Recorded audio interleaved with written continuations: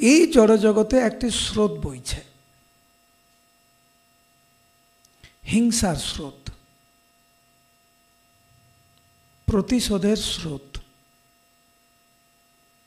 লাভ পূজা প্রতিষ্ঠা পাওয়ার স্রোত, নিজেকে বড় ভাবা, অপরকে সম্মান না দেওয়ার স্রোত। এ আমার বন্ধু, এ আমার শত্রু, এই মনোভাবের স্রোত বইছে। কিন্তু এই মনোভাব নিয়ে যদি আমরা চলি, জীবনে কিন্তু অসাধ্য সাধন হবে না।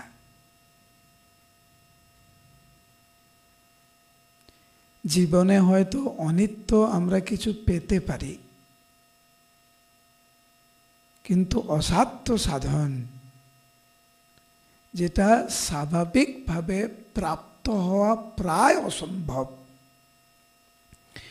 সেই বস্তু বা সেই স্তর যদি আমরা পেতে চাই, তাহলে কিন্তু আমাদের জীবনধারার পরিবর্তন করা দরকার। গল্প করতে কে ভালোবাসে না? সবাই ভালোবাসে গল্প করতে। তো সারা দিন যদি আমরা গল্প করে কাটিয়ে দেই, অসাধ্য সাধন কখন করব?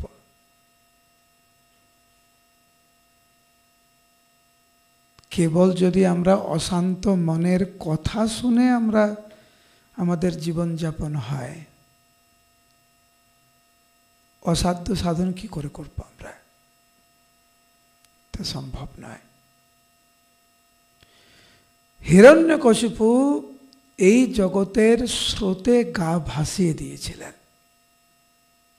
আপনারা জানেন কিভাবে ওনার ভাই হিরণ্যাক্ষের মৃত্যুর প্রতিশোধ নিতে গিয়ে অকল্পনীয় তপস্যা করেছিলেন হিরণ্যকশিপু। দেবতাদেরকে শত্রু, নিজের বন্ধু বান্ধবকে বন্ধু বানিয়েছিলেন, ভগবানকে শত্রু বানিয়েছিলেন।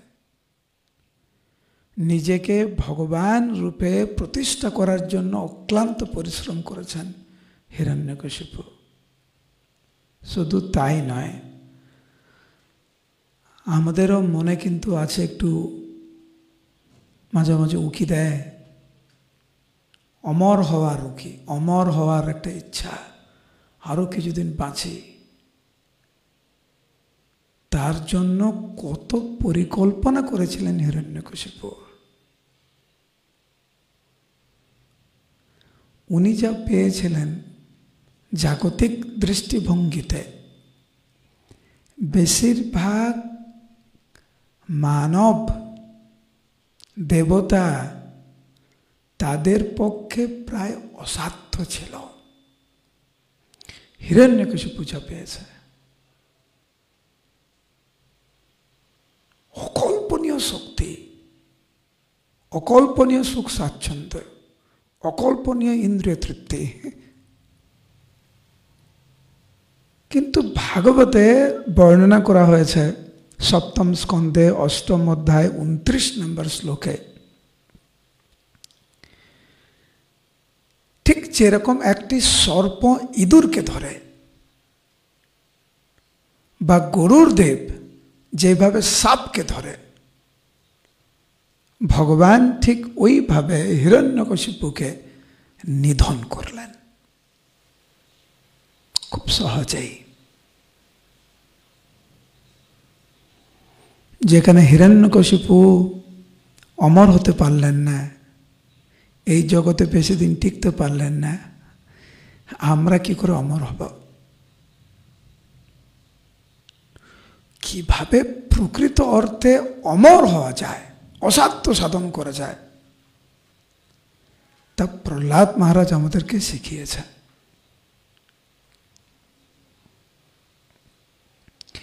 ভগবান নৃসিংহদেব যখন হিরণ্যকশিপুকে বধ করলেন,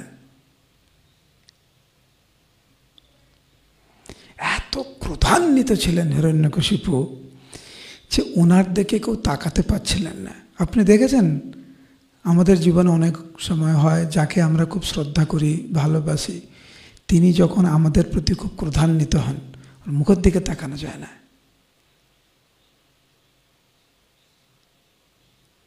তো হিরণ্যকশিপুকে যখন বধ করেছিলেন ভগবান নৃসিংহদেব, তখন তো আকাশে সমস্ত দেব দেবীরা উপস্থিত, তাদের পুষ্পক বিমান নিয়ে। ব্রহ্মা, দেবাদিদেব, মহাদেব, ইন্দ্র, চন্দ্র, সূর্য, বরুণ আদি সমস্ত দেবতারা, মুনি ঋষিরা সবাই উপস্থিত। এমনকি লক্ষ্মী ঠাকুরানী সেখানে উপস্থিত। কিন্তু ভগবান নৃসিংহদেব এত ক্রোধান্বিত ছিলেন যে কেউ ভগবানের দিকে তাকাতেও পাচ্ছিলেন না। একদিকে ব্রহ্মা, দেবাদিদেব, মহাদেব যখন তাকাতে পাচ্ছিলেন না ভগবানের দিকে, অপরদিকে হিরণ্যকশিপুর কিছু অনুগত সৈন্য, লক্ষ লক্ষ, তারা নৃসিংহদেবকে আক্রমণ করার জন্য আমাদের প্রভুকে মেরেছে, আমরা ওনাকে হত্যা করব। প্রভু যেরকম ভৃত্য সেমন ভৃত্য তেমন। তো লক্ষ লক্ষ অসুর যখন ভগবান নৃসিংহদেবকে আক্রমণ করলেন, ভগবান তো ভয়ঙ্কর রূপ ধারণ করেছিলেন, বিরাট রূপ ধারণ করেছিলেন। এই হাত দিয়ে ওনার যে নখ ছিল এরকম এরকম করে সবাইকে মেরেছে। আমরা যেরকম পিঁপড়েকে যেরকম মারি সেরকম।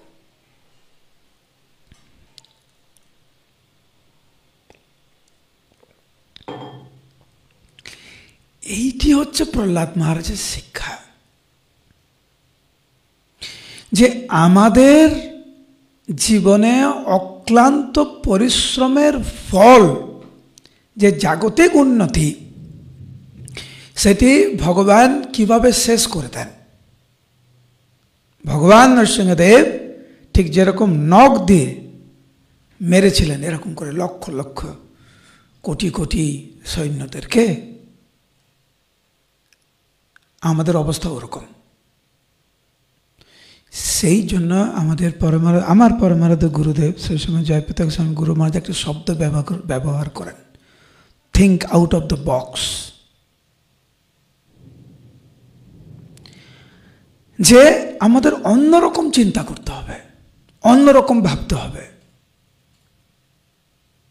সবাই যেরকম ভাবছে আমিও সেরকম ভাববো বলছে না, ওই স্রোতে গা ভাসিয়ে দিলে হবে না। অসাধ্য সাধন করতে চাইলে স্রোতের বিপরীতে আমাদের ভাবতে হবে। এই জগতের কি স্রোত আমি বললাম, এই জগতের স্রোত হচ্ছে ইন্দ্র তৃপ্তি, লাভ, পূজা, প্রতিষ্ঠা, বড় হওয়া, হিংসা করা, প্রতিশোধ নেওয়া, এগুলো হচ্ছে এই জগতের স্রোত। কিন্তু এই জগতের স্রোতে আমরা যদি ভেসে যাই, অসাধ্য সাধন আমরা করতে পারবো না। এবং এই জগতের ভাবধারার বা চিন্তাধারার স্রোতে যদি আমরা ভেসে যাই, সেই ভেসে গিয়ে আমরা যত বড় হই না কেন, ভগবান নৃসিংহদেব এইরকম করে মেরে দেবে আমাদেরকে, শেষ। কিন্তু প্রহ্লাদ মহারাজ স্রোতের বিপরীতে ভেবেছিলেন। সেই জন্য আজও নরসিংহদেব তো আবির্ভূত হয়েছিলেন সত্যযুগে। আমরা কলিযুগে বসে 2025 সালে জুমের মাধ্যমে, ফেসবুকের মাধ্যমে, ইউটিউবের মাধ্যমে প্রহ্লাদ মহারাজের মহিমা শ্রবণ করছে। কেন? কারণ he thought out of the box.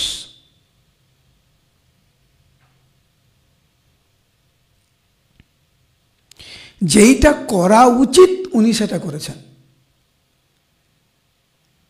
আমরা অনেক সময় মিটিংয়ে দেখি, আমরা কোনো প্রস্তাব আসলো, সাধারণত মিটিংয়ে ভোট হয়, কারা কারা এর পক্ষে হাত তুলুন, কারা কারা এর বিপক্ষে হাত তুলুন, আর কারা কারা নিরপেক্ষ থাকবেন হাত তুলুন। এই তিনটে ভোট হয়, পক্ষে, বিপক্ষে, নিরপেক্ষে। অনেক সময় আমরা দেখি যখন মিটিংয়ে ভোট ডাকা হয়, নিজে হাত তোলার আগে আগে অন্যদের দেখে কয়জন হাত তুলছে। বেশিরভাগ হাত তুলছে, উনিও হাত তুলে দিল। হয়তো সহমত নেই, কিন্তু সবাই হাত তুলছে, আমিও হাত তুলে দেই। আমার হাতটা উঠে গেল কেন? হরি বল, আমার হাতটা উঠে গেল কেন? লোয়ার হ্যান্ড দেখো, দ্বিতীয়টা, হ্যাঁ হ্যাঁ, ওকে। আমি হাত তুললাম, আমার হাতটা উঠে গেল অটোমেটিক। এইটাই হওয়া উচিত না।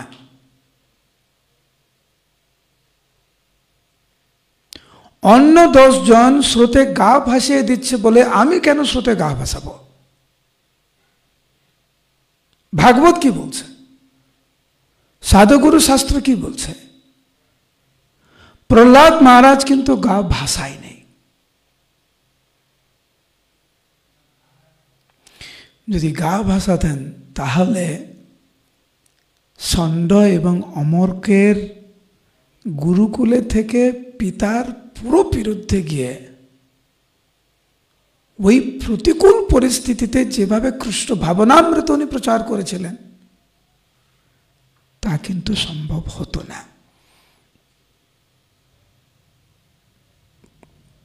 এটা সম্ভব ছিল না।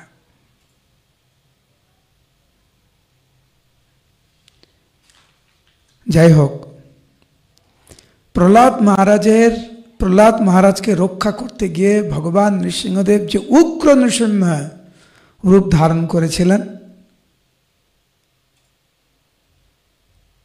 তা দর্শন করে কোনো দেবতা, কোনো মুনি ঋষি কেউ ভগবানের সামনে আসতে পারছিলেন না ওনাকে সেবা করার জন্য।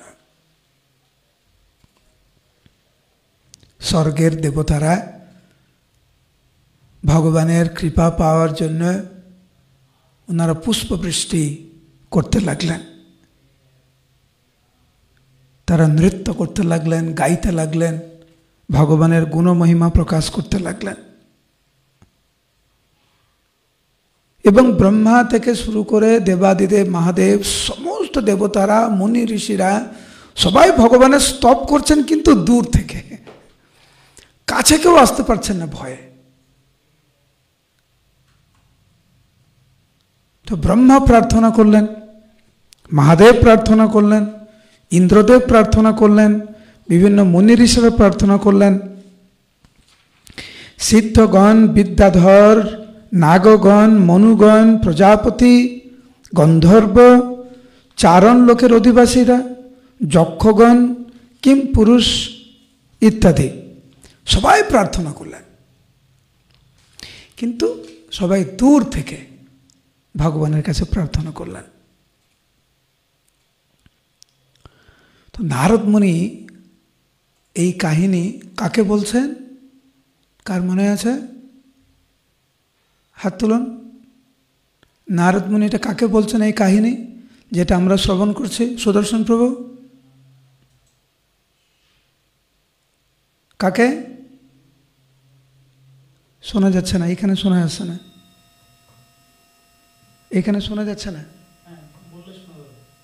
হ্যাঁ বলুন প্রভু। যুধিষ্ঠির মহারাজকে। ওকে, নারদ মুনি এই কাহিনী যুধিষ্ঠির মহারাজকে বর্ণনা করছিলেন। তো নারদ মুনি বলছেন ভগবান অত্যন্ত ক্রোধাবিষ্ট ছিলেন বলে ব্রহ্মা, রুদ্র প্রমুখ দেবতারা তার সামনে যেতে সাহস পাননি। প্রভুপাদ তাৎপর্যে বলছেন, ভগবত ভক্ত কখনো ভগবান এবং তার ভক্তের নিন্দা সহ্য করতে পারেন না, এবং ভগবানও কখনো ভক্তের নিন্দা সহ্য করতে পারেন না। ভগবান নৃসিংহদেব এত ক্রুদ্ধ হয়েছিলেন যে ব্রহ্মা, শিব আদি দেবতারা, এমনকি ভগবানের নিত্য সহচরী লক্ষ্মী দেবীও তাকে স্তব স্তুতির দ্বারা শান্ত করতে পারেননি।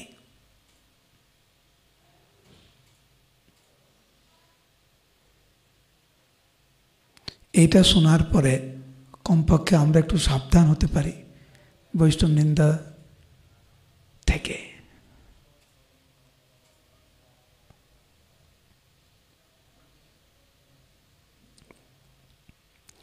যখন কেউ যাচ্ছে না ভগবানের সামনে, তখন দেবতারা লক্ষ্মী ঠাকুরানীকে অনুরোধ করলেন যে হে মা, আপনি ভগবানের পত্নী, আপনি যদি ভগবানের সামনে যান ভগবান শান্ত হবেন। কিন্তু লক্ষ্মী দেবীও ভয়ে ভীত হয়ে ওনার প্রভুর সামনে যেতে পারলেন না। আর তখন ব্রহ্মা তার নিকট দণ্ডায়মান প্রহ্লাদ মহারাজকে অনুরোধ করেছিলেন, হে বৎস, ভগবান নৃসিংহদেব তোমার আসুরিক পিতার প্রতি অত্যন্ত ক্রুদ্ধ হয়েছেন, তার কাছে গিয়ে তুমি তাকে শান্ত করো। ব্রহ্মা নিজে যেতে পারলেন না, লক্ষ্মীদেবী যেতে পারলেন না, কিন্তু ব্রহ্মা অনুরোধ করলেন প্রহ্লাদ মহারাজকে ভগবানের সামনে গিয়ে ভগবানকে শান্ত করতে। কারণ প্রহ্লাদ মহারাজ হচ্ছেন কারণ, যেই জন্য ভগবান নৃসিংহদেব আবির্ভূত হয়েছেন। নারদ মুনি বলছেন যে মহাভাগবত প্রহ্লাদ মহারাজ একটি ছোট্ট বালক হওয়া সত্ত্বেও ব্রহ্মার বাণী শিরোধার্য করে ধীরে ধীরে ভগবান নৃসিংহদেবের কাছে গিয়ে ভূতলে পতিত হয়ে কৃতাঞ্জলি পুটে তাকে সশ্রদ্ধ প্রণতি নিবেদন করেছিলেন। আমার কাছে এই শ্লোকটি অত্যন্ত গুরুত্বপূর্ণ।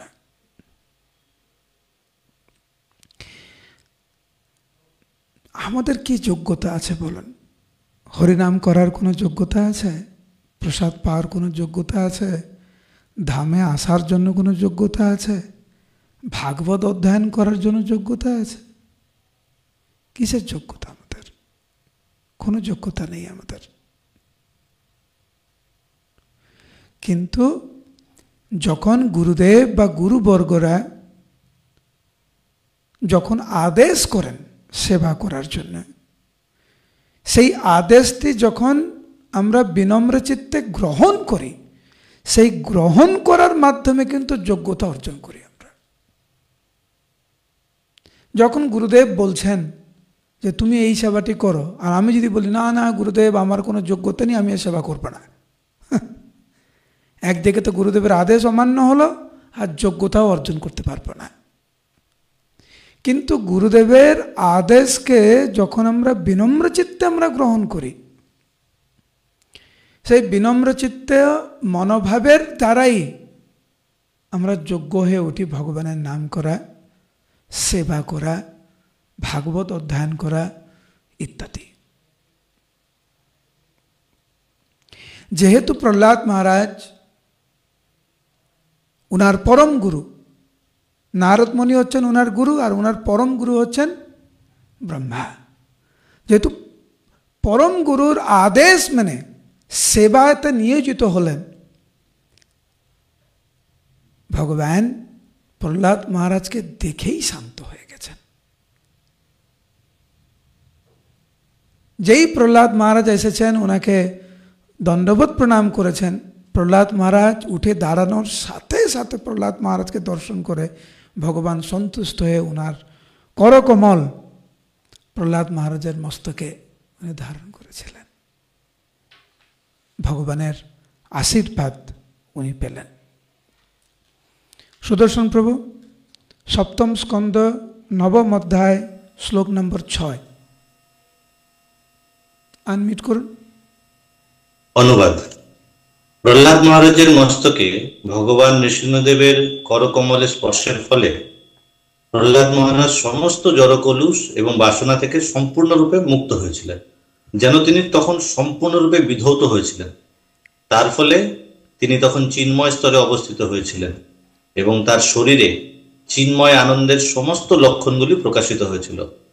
তার হৃদয়ে ভগবত প্রেমে পূর্ণ হয়েছিল, তার নয়ন যুগল থেকে অশ্রুধারা ঝরে পড়ছিল এবং তিনি তখন পরম আনন্দে ভগবানের শ্রীপাদপদ্ম তার হৃদয়ে ধারণ করেছিলেন। প্রত্যেকটি ভক্তের যে আশা, পূর্ণত প্রাপ্ত হয়েছে এই শ্লোকে। সর্বস্তরের ভক্তদের যে মনোবাঞ্ছা, যে মনোবাসনা, তা পূর্ণ হয়েছে এই শ্লোকটিতে। একদিকে প্রহ্লাদ মহারাজের আনুগত্য, প্রহ্লাদ মহারাজের যে সাধুগুরু বৈষ্ণবের চরণ কমলে যে আনুগত্য রয়েছে, সেইটি, চেষ্টা, ভগবানের উপরে নির্ভরশীল, সব কিছু মিলিয়ে যে কি হতে পারে একজন ভক্তের জীবনে, তা এখানে বর্ণনা করা হয়েছে। আমি 2 দিন আগে পাটনাতে ছিলাম, পরশু দিন পাটনায় ছিলাম। তো আমি ওখানে ক্লাস দিচ্ছিলাম।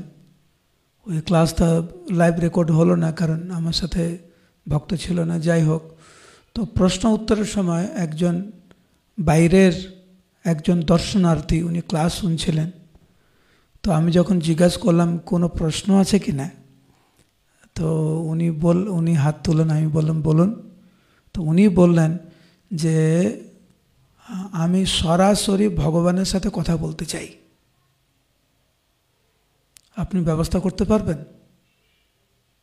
সরাসরি। আমার খুব ভালো লেগেছিল ওই প্রশ্নটি, কারণ এরকম প্রশ্ন খুব কম শোনা যায়, বিশেষ করে দর্শনার্থীদের কাছ থেকে।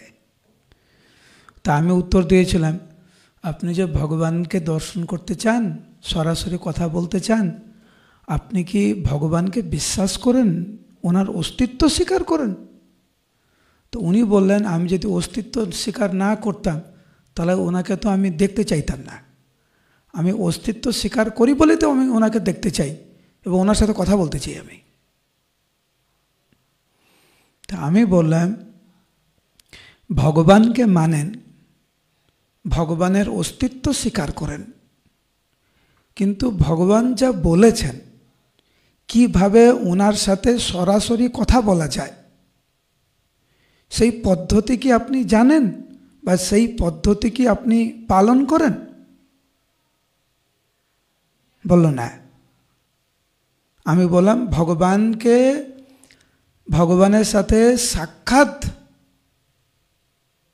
দর্শন করা, ভগবানের সাথে সরাসরি কথা বলার একটি উপায় রয়েছে। এই দেশের প্রধানমন্ত্রীর সাথে আপনি যদি কথা বলতে চান সরাসরি, তার একটি পদ্ধতি রয়েছে।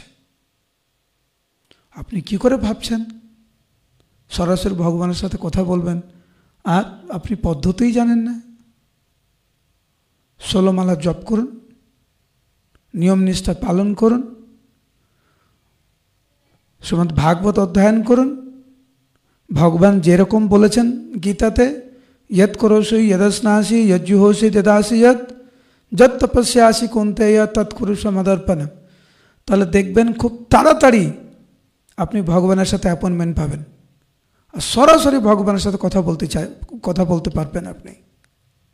তারপরে আমি বললাম, শুধু কথা বলতে কেন, আপনি যদি চান সরাসরি ভগবানের সাথে বসে একটু কথা বলবেন, একটু একসাথে বনভোজন করবেন, সেটাও পারবেন। আপনি শুধু কথা বলার মধ্যে সীমাবদ্ধতা কেন রাখছেন? আপনি এইটি হচ্ছে আসল ব্যাপার। কে ভগবত প্রাপ্তি পেতে চায় না, কে কৃষ্ণ প্রেম চায় না, কিন্তু কৃষ্ণ প্রেম পাওয়ার যে পদ্ধতি, সেটা আমরা কয়জন পালন করতে রাজি আছি, ওইটি হচ্ছে বিষয়। তো প্রহ্লাদ মহারাজ একটি পদ্ধতি আমাদেরকে দেখিয়ে গেছেন, যার মাধ্যমে সরাসরি আমরা ভগবানের সাথে কথা বলতে পারি। এইখানে প্রহ্লাদ মহারাজ সরাসরি ভগবানের সাথে কথা বলছে, ভগবানের স্পর্শ অনুভব করছে।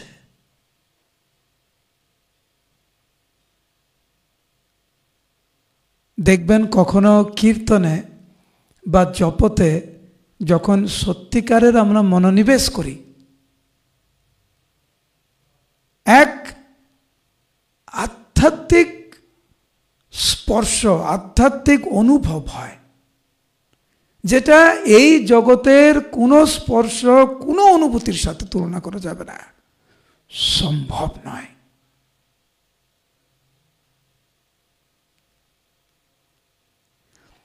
প্রহ্লাদ মহারাজ আমাদেরকে শিক্ষা দিচ্ছেন, উনি যে পদ্ধতি উনি যে পালন করেছেন, সেই পদ্ধতি যদি আমরা পালন করি, সাক্ষাৎ ভগবানের সাথে আমরা কথা বলতে পারব। কিন্তু সাক্ষাৎ ভগবানের সাথে কথা বলার যে পদ্ধতি, সেটা আমাদেরকে জানতে হবে এবং পালন করতে হবে। প্রহ্লাদ মহারাজ ভগবানের স্পর্শ পেয়ে ওনার যে অনুভূতি, যে ওনার হৃদয় যে ভগবত প্রেমে পূর্ণ হয়েছিল, উনি যে ভগবত প্রেমে উনি যে ক্রন্দন করছিলেন আনন্দে, তা আমরা শ্রবণ করলাম। যদিও উনি ছোট বালক, তা সত্ত্বেও ভগবানের চরণ কমলে অপ্রাকৃত দিব্য স্তব স্তুতি উনি করতে লাগলেন।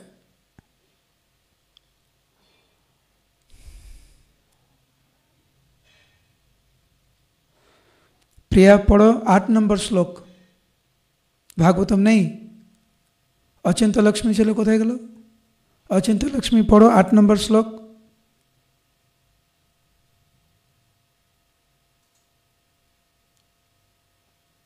হরে কৃষ্ণ, প্রণাম। প্রণাম, পড়ো। প্রভু কত অধ্যায়? বাহ, ভেরি গুড। এই প্রশ্নটা খুব ভালো লেগেছে আমার। আমার কাছে আছে শ্রীমদ্ ভাগবতম সপ্তম স্কন্দ নবম অধ্যায় শ্লোক নম্বর 8।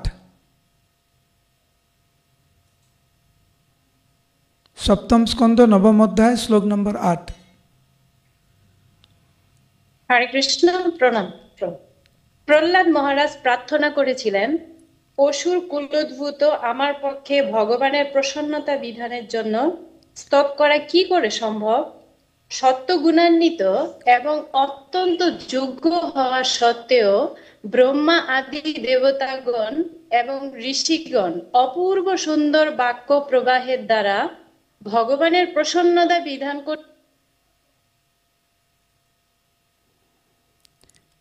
ভগবানের প্রসন্নতা বিধান করতে সক্ষম হননি, সুতরাং আমার পক্ষে কি করে সম্ভব হবে?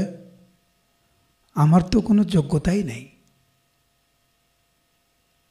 তো আমরা আগে শ্রবণ করলাম যে কি করে ব্রহ্মা আদি সমস্ত দেবতাগণ তারা ভগবানের চরণ কমলে স্তবস্তুতি করেছে, কিন্তু দূর থেকে,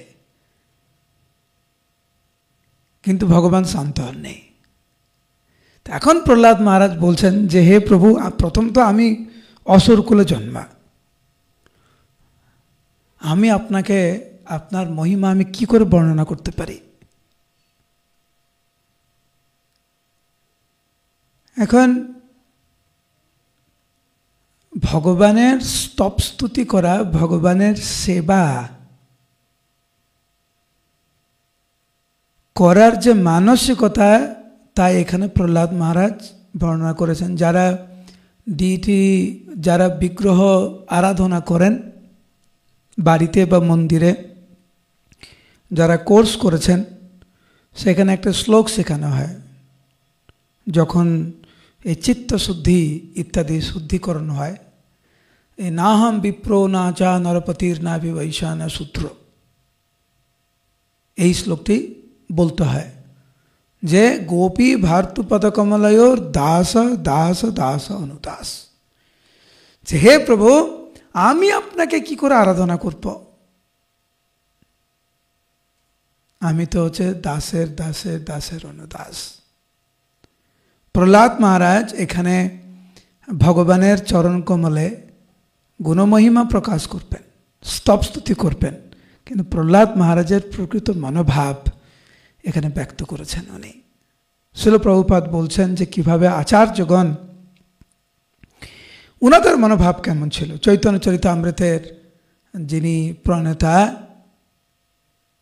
কৃষ্ণদাস কবিরাজ গোস্বামীর মনোভাব, জগায় মাধাই হইতে মুই সে পাপিষ্ট পুরুষের কীট হইতে মুই সে লক্ষিষ্ট।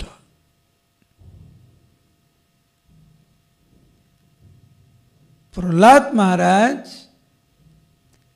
কি বিনম্র চিত্তে, কি মনোভাব নিয়ে ভগবানের চরণ কমলে স্তবস্তুতি করেছেন। কৃষ্ণদাস কবিরাজ গোস্বামী কি মনোভাব নিয়ে চৈতন্য চরিতামৃত গ্রন্থ লিখেছেন।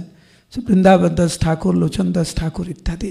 শিল প্রভুপাদ কি মনোভাব নিয়ে প্রচার করেছেন।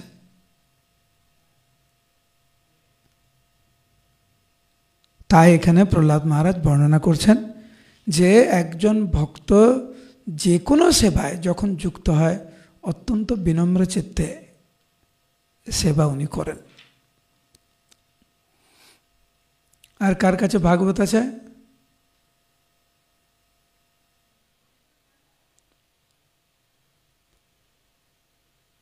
কুসুমা প্রিয়, তোমার কাছে ভাগবতম আছে?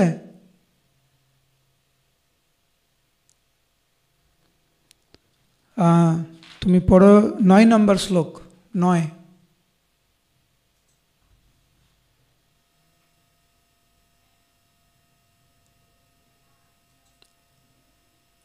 আনমিউট করো। হ্যাঁ, নবম খণ্ড না? এক মিনিট আমাকে একটু আনতে হবে। ঠিক আছে, হরে কৃষ্ণ। কার কাছে আছে? মঙ্গলা মাতাজি পড়ুন। মঙ্গলা মাতাজি আবার। হ্যাঁ, 9 নম্বর শ্লোক। প্রহ্লাদ মহারাজ বললেন, আমি মনে করি যে ধন সম্পদ সম্ভ্রান্ত পরিবারে জন্ম, তপস্যা, পাণ্ডিত্য, ইন্দ্রিয় নৈপুণ্য, তেজ, প্রতাপ, শারীরিক বল, পৌরুষ, বুদ্ধি এবং যোগ শক্তি, এই সমস্ত গুণের দ্বারাও ভগবানের প্রসন্নতা বিধান করা যায় না। ভগবান কেবল ভক্তির দ্বারাই প্রসন্ন হন। এই সমস্ত গুণে গুণান্বিত না হলেও গজেন্দ্র কেবল ভক্তির দ্বারাই ভগবানের প্রসন্নতা বিধান করেছিলেন।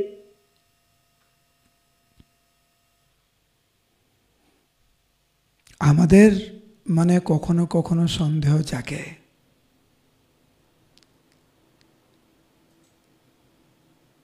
যে ভগবানকে কিভাবে খুশি করা যায়, প্রসন্নতা বিধান করা যায়। এই জড় জগতের কোনো কিছুই ভগবানকে আনন্দ প্রদান করতে পারে না। ভগবান এই জগৎ সৃষ্টি করেছেন এবং অনন্ত কোটি বিশ্ব ব্রহ্মাণ্ড রয়েছে, তার মধ্যে সবচাইতে ছোট ব্রহ্মাণ্ড হচ্ছে এইটি। এই জগতের মধ্যে কত বা ঐশ্বর্য আছে!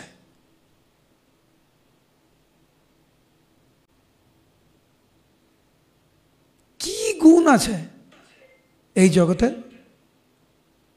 যা ভগবানকে আকৃষ্ট করতে পারে?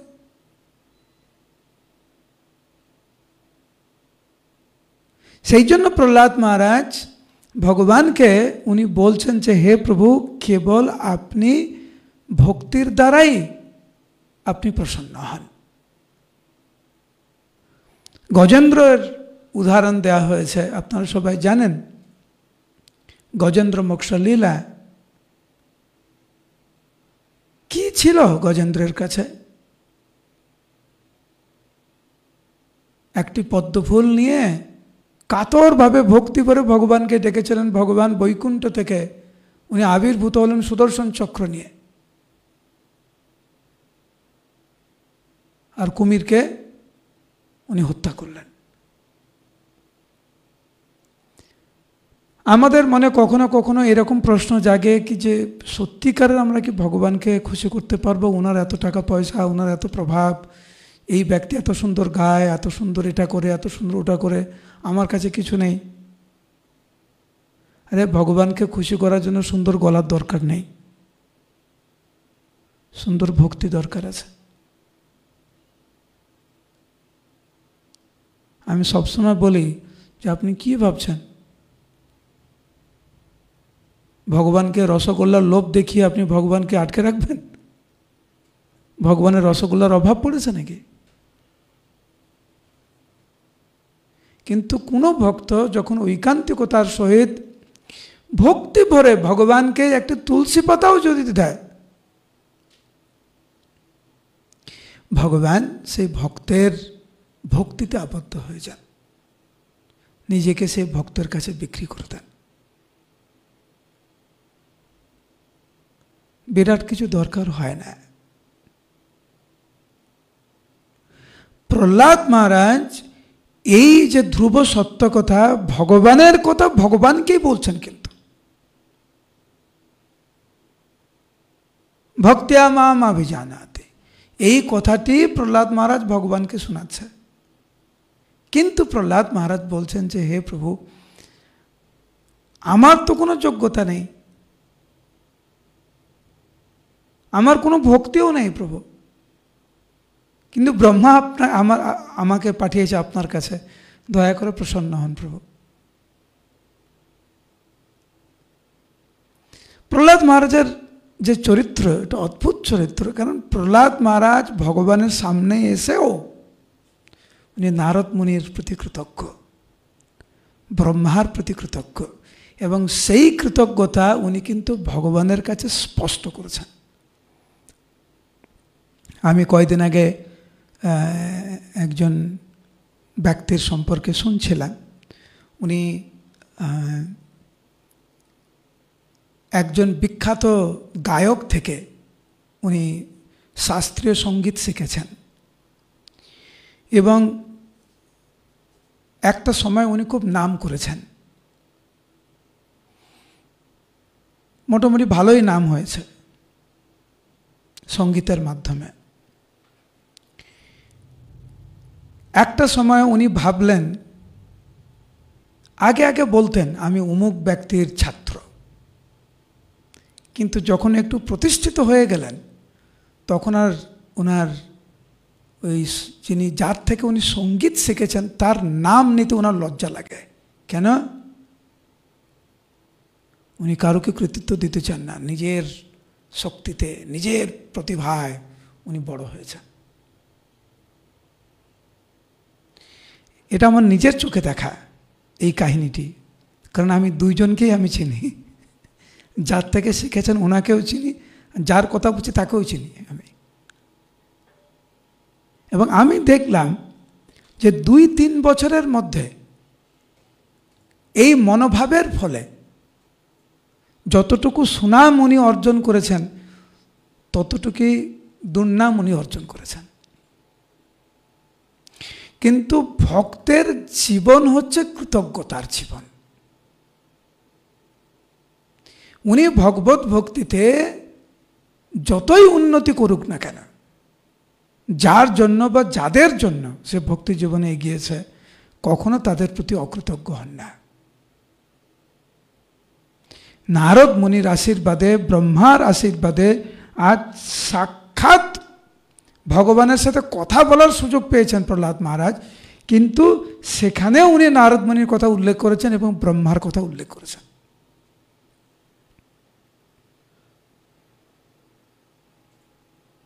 কোনো প্রকার প্রতিভা, পাণ্ডিত্য, সম্ভ্রান্ত পরিবারের জন্ম, যোগ শক্তি, বিভিন্ন গুণের দ্বারা ভগবানকে আকর্ষিত করা যায় না। ভগবানকে আকর্ষণ করা যায় কেবলমাত্র ভক্তির দ্বারা।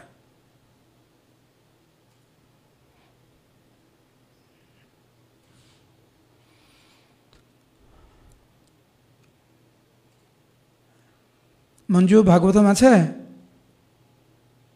পড়ো 10 নম্বর শ্লোক।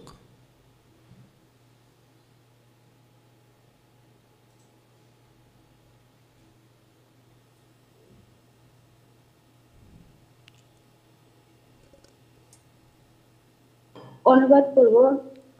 হ্যাঁ। রাজশ্রী ভাগীরথ পতিত পাবনী গঙ্গাকে যেখানে তার পূর্বপুরুষদের 10 নম্বর শ্লোক, 9 নম্বর 7 নম্বর চ্যাপ্টার না? হরে কৃষ্ণ।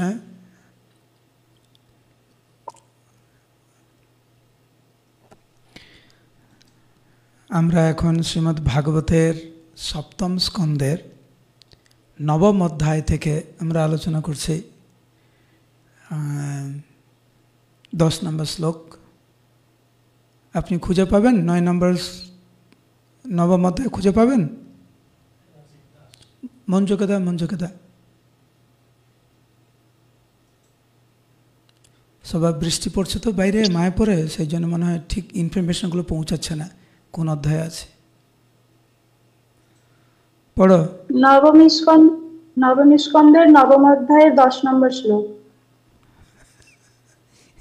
আচ্ছা ঠিক আছে, আমি পড়ছি। সনত সুজাত গ্রন্থে বর্ণিত 12টি ব্রাহ্মণোচিত গুণে ভূষিত অথচ ভগবানের শ্রী পাদপদ্মে বিমুখ অভক্ত ব্রাহ্মণ অপেক্ষা যার মন, বাক্য, কর্ম, ধন এবং প্রাণ ভগবানে অর্পিত, সেই চণ্ডালও শ্রেষ্ঠ। তো একদিকে হচ্ছে ব্রাহ্মণ, সম্ভ্রান্ত ব্রাহ্মণ পরিবারে জন্মগ্রহণ এবং তার মধ্যে ধর্মানুশীলন, সত্যবাদিতা, তপস্যা ইত্যাদি অনেক গুণ রয়েছে।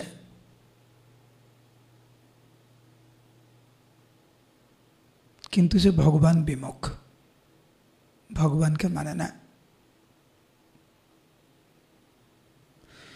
তার থেকে যিনি চণ্ডাল কিন্তু কায় মনোবাক্যে সে ভগবানের সেবা করেন, প্রহ্লাদ মহারাজ বলছেন সেই চণ্ডাল সেই তথাকথিত ব্রাহ্মণের থেকে আর অনেক উন্নত। কারণ ভক্ত তার কুল পবিত্র করতে পারে, কিন্তু সেই অতি গর্বান্বিত ব্রাহ্মণ নিজেকেও পবিত্র করতে পারে না।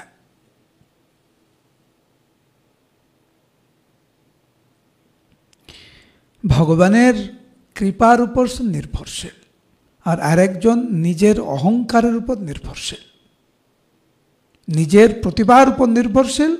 আরেকজন হচ্ছেন সেই নিজের প্রতিভা ভগবানের চরণ কমলে অর্পণ করে ভগবানের কৃপার উপর নির্ভরশীল। সেই জন্য মহাপ্রভু সনাতন গোস্বামীকে বললেন, ভক্তি বলে পারো তুমি ব্রহ্মাণ্ড সতিতে।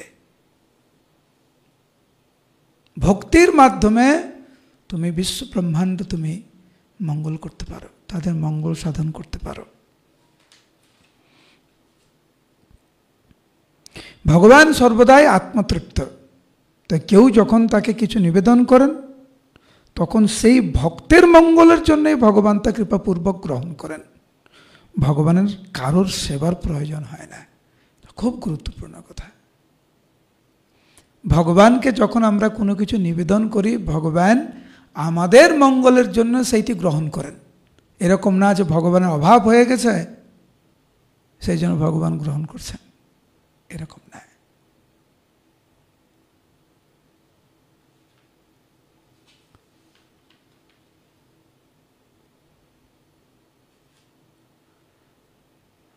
আর কার কাছে ভাগবতম আছে?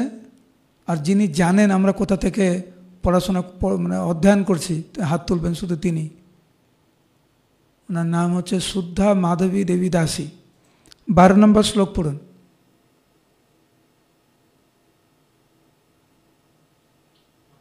আনমিউট করুন প্রভু, আনমিউট করুন। হরে কৃষ্ণ প্রভু, প্রণাম। প্রণাম। প্রভু 10 নম্বর হলো, এখন 11 নম্বর হবে তো? 12 নম্বর শ্লোকের অনুবাদ পড়ুন। ঠিক আছে। অতএব অসুর কুলে জন্মগ্রহণ করলেও আমার বুদ্ধি এবং পূর্ণ প্রয়াস অনুসারে আমি শঙ্কা পরিত্যাগ পূর্বক ভগবানের মহিমা বর্ণনা করব। ভগবানের মহিমা শ্রবণ বা পাঠ করলে অবিদ্যাবশত এই জড়জগতে প্রবিষ্ট মানুষও পবিত্র হয়।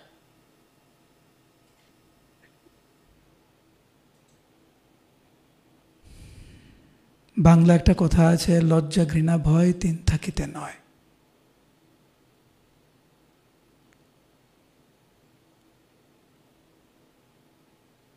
প্রকৃত বিনম্র ভাব হচ্ছে ভগবানের সেবায় নিয়োজিত হওয়া। তথাকথিত বিনম্র ভাব দেখিয়ে আমার কোনো যোগ্যতা নেই সেই জন্য আমি সেবা করব না, এরকম না। গুরুদেব আদেশ দিলেন, এখানে পরম গুরু আদেশ দিলেন, ব্রহ্মা আদেশ দিলেন প্রহ্লাদ মহারাজকে, সেই আদেশ শিরোধার্য করে সমস্ত শঙ্কা পরিত্যাগ করে সাধ্যমতো প্রহ্লাদ মহারাজ এখানে চেষ্টা করছেন ভগবানের গুণমহিমা প্রকাশ করার জন্য। এই রকম মনোভাব নিয়ে কেউ যখন ভগবানের স্তবস্তুতি করেন বা সেবা করেন, সে পবিত্র হয়।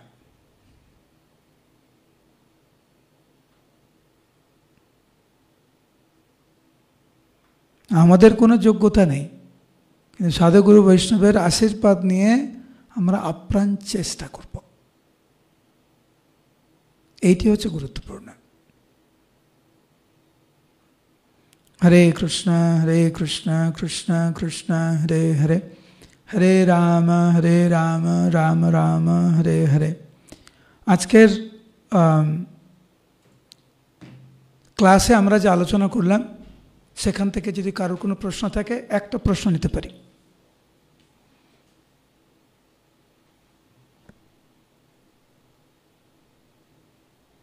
ওকে, হরে কৃষ্ণ।